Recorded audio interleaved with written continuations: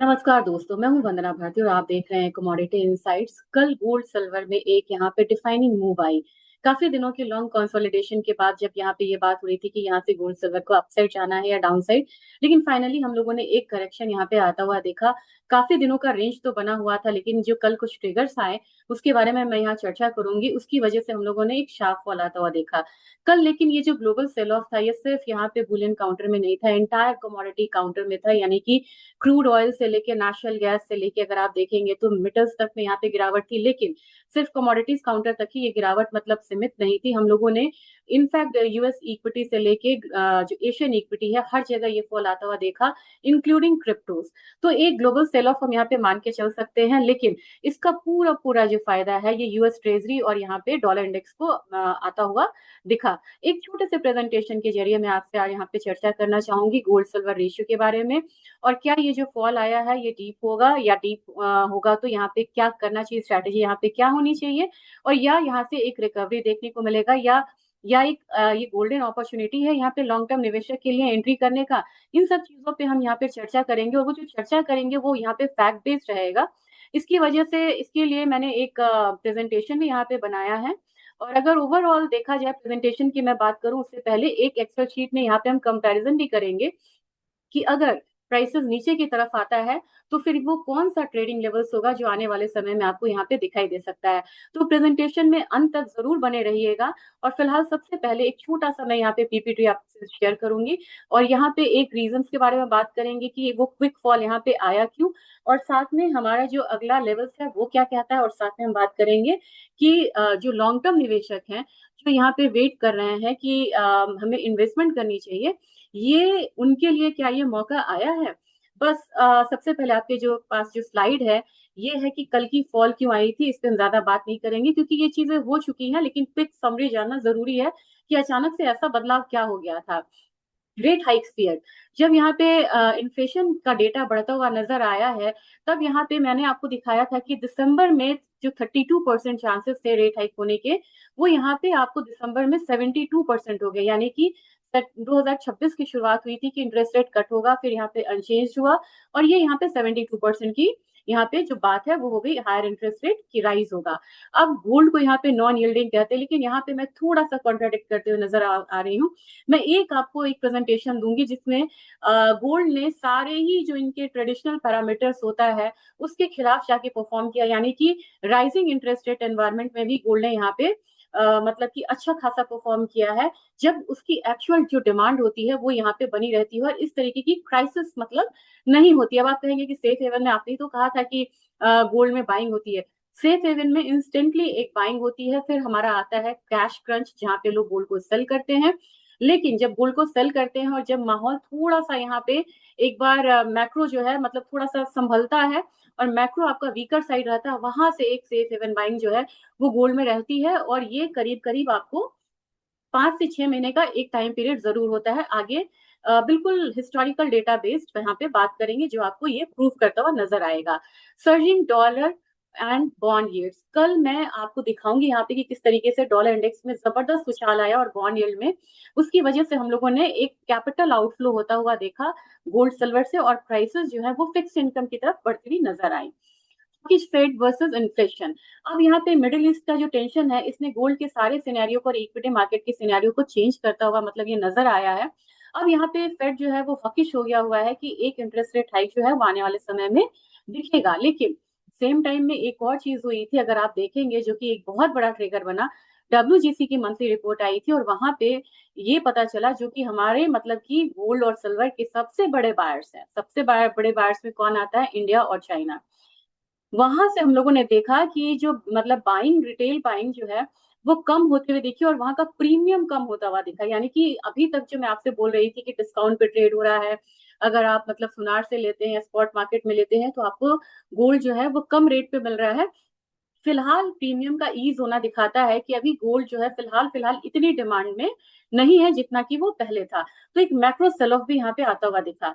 चलिए, अब ये कुछ हिस्टोरिकल चीजें हैं जो मैं आपसे बात करना चाहूंगी, थोड़ा सा आपका मैं आज समय चाहूंगी, क्योंकि हिस्टोरिकल इवेंट्स को देखते हुए आपको समझना होगा कि गोल्ड किस तरीके से यहाँ पे परफॉर्म करता है। 2008 मतलब 2000 के बाद का ही मैं ले रही हूँ, ज्यादा पुराना नहीं ले रही हूँ, क्योंकि काफी चीजें उस समय से बदलती है। अगर मैं 1947 या 1950 से कंपैरिजन करने लगूं तो फाइनेंशियल मार्केट के काफी पैरामीटर्स जो है वो चेंज हो चुके होते हैं।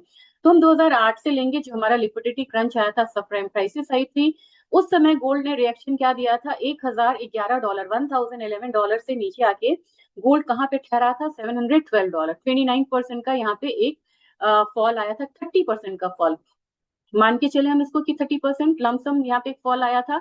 और यहाँ पे क्या हुआ था, हमेशा पैनिक ट्रिगर्स होता है, इन्वेस्टर डंप गोल्ड, इसलिए नहीं कि यहाँ पे गोल्ड जो है वो उसका फंडामेंटल्स चेंज हो गया, to raise cash during Lehman crisis.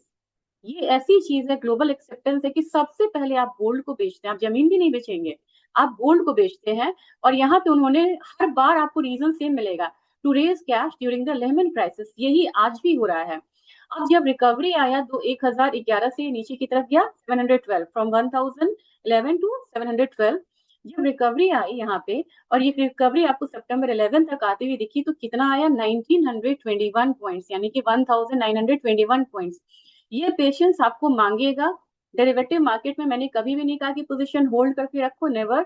लेकिन शुरू से लेके अंत तक ईटीएफ और फिजिकल में मैंने कहा है कि आप होल्ड करके रखिए, और आपको नीचे का लेवल मिलता है तो आप यहाँ पे थोड़ा सा ज्यादा लगा सकते हैं, इफ यू हैव मतलब कह सकते हैं कि मोर कैश। अब आइए, एब्सोल्यूट रिटर्न क्या हुआ था इस टाइम पीरियड में। 2008 में गिरा भी, संभला भी, 170% का रिटर्न आपको गोल्ड में आया था।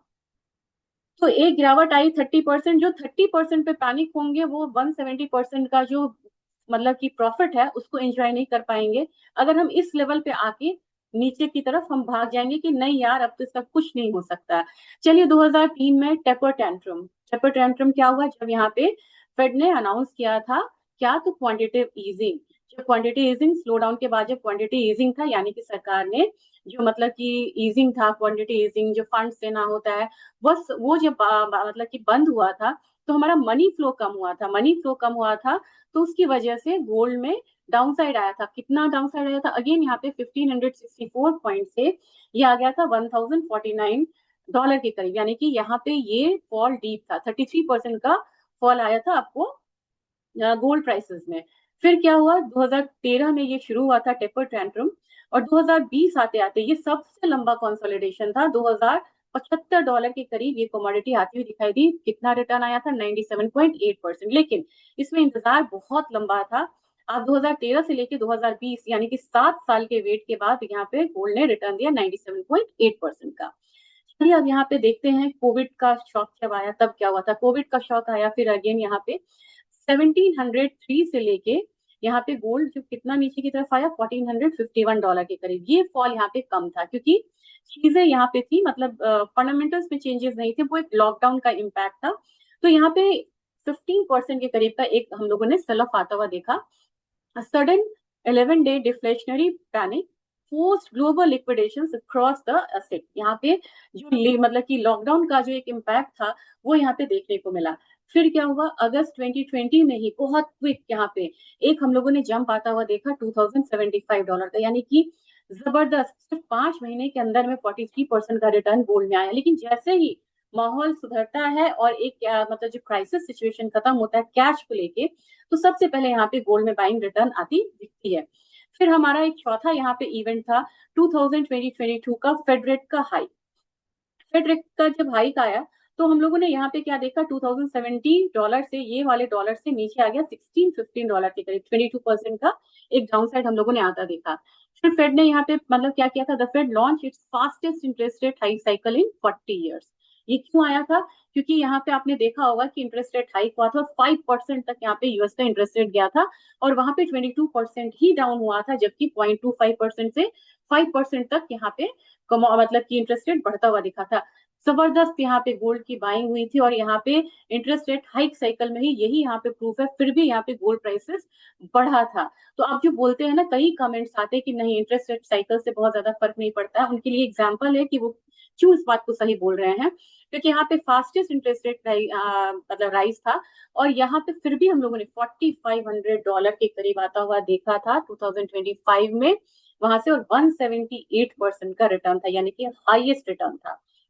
तो अगर आप अब मुझे बोलेंगे, ये तो मैंने आपको हिस्टोरिकल एक फैक्चुअल मतलब एग्जांपल दिया है, अब आपको क्या रैशनल ध्यान में रखना है गोल्ड को लेके, तो सबसे बड़ी बात है कि अगर आप रैशनल रख रहे हैं, क्योंकि ये वीडियो लॉन्ग टर्म निवेशक के लिए है, ये मैं ट्रेडिंग पर्पज से मैंने बिल्कुल नहीं बनाया है। और आप लोग बड़ा कंप्लेन करते हैं मेरे से कि मैं ट्रेडिंग पर्पज के लिए बनाती हूँ। एक्चुअली इन्वेस्टमेंट वीडियो बनाना आप डे नाइट नहीं बना सकते, क्योंकि मतलब कि नथिंग चेंज ओवरनाइट, लेकिन जब आप ट्रेडिंग के पर्पज से बनाते हैं तो हर दिन छोटे छोटे ट्रिगर्स आते रहते हैं। तो ये मैंने इसलिए बनाया है ताकि आप लोगों को बताऊं कि किस तरीके से गोल्ड शुरुआती पैनिक के बाद एक जबरदस्त रिटर्न देने की तैयारी करता है, और आपका एटलीस्ट 15% जो पोर्टफोलियो 15 to 20% इस काउंटर में होना चाहिए।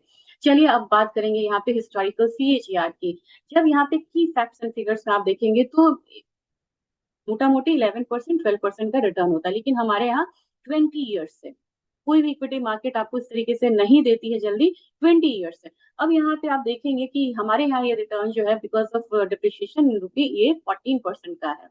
तो ये क्या करता है, इन्फ्लेशन को मतलब कि आउटस्पेस करता है लॉन्ग टर्म में, और शॉर्ट टर्म में क्या करता है, जो टेम्पररी मार्केट का नॉइज होता है इससे कुशन करता है। सेंट्रल बैंक्स की बाइंग इंक्लूडिंग RBI PBOC होता है अपना पीपल बैंक ऑफ चाइना, यानी कि चाइना का RBI कह सकते हैं। 1000+ मीट्रिक टन एनुअली खरीद रहे हैं। पिछले बार 850 टन था, इस बार भी लगभग 850 टन हो सकता है, क्योंकि यहाँ पे थोड़ी सी मतलब प्राइस जो है वो बहुत ज्यादा हायर साइड है। तो स्मार्ट मनी एक्यूमुलेशंस जो है वो एक स्ट्रॉन्ग प्राइस फ्लोर को तैयार कर रहा है, और जिस तरीके से अभी प्राइस मतलब नीचे की तरफ आया है, सेंट्रल बैंक्स के लिए ये इजी हो जाएगा इस प्राइस पे गोल्ड को एक्यूमुलेट करना। और अगर आप अपने आसपास लोगों से ही पूछेंगे, पता नहीं कितने सारे लोग आपको ऐसे मिल जाएंगे जिन्होंने ये कहा था कि एक बार सोना आए, ये जो रैली हमने मिस करी है, बस हमने मिस करी है, एक बार ये जो सोना नीचे आएगा तो हम अपने जरूरत के हिसाब से सोने में जो भी हमें मतलब जेवर बनवाने हैं जो भी है वो हम करेंगे। ये जो डाउनफॉल है, ये आपको ETF बाइंग प्लस यहाँ पे फिजिकल बाइंग को थोड़ा लॉन्ग टर्म में मतलब स्टेबिलिटी आती है लोअर साइड, तो ये इनकरेज करेगा। और जब आप, मैं ये बात कह रही हूँ आपको जून महीने में, और जब जुलाई अगस्त का जब आपको डेटा आएगा फिजिकल का, तो मैं फिर यहाँ पे एक बार इसे रिव्यू दूंगी कि किस तरीके से ये जो लोअर प्राइस बैंड है ये फिजिकल बाइंग को एक प्रमोट करता हुआ नजर आएगा। क्योंकि अभी तक 60% जो अपने ज्वेलरी बनी थी 2025 में, वो रिसाइकल करके ही बनी हुई नजर आई थी बिकॉज ऑफ प्राइस हाइक। अब जब प्राइस नीचे है तो आपको बाइंग जो है वो एक्चुअल बाइंग जो है वो बढ़ती हुई नजर आएगी।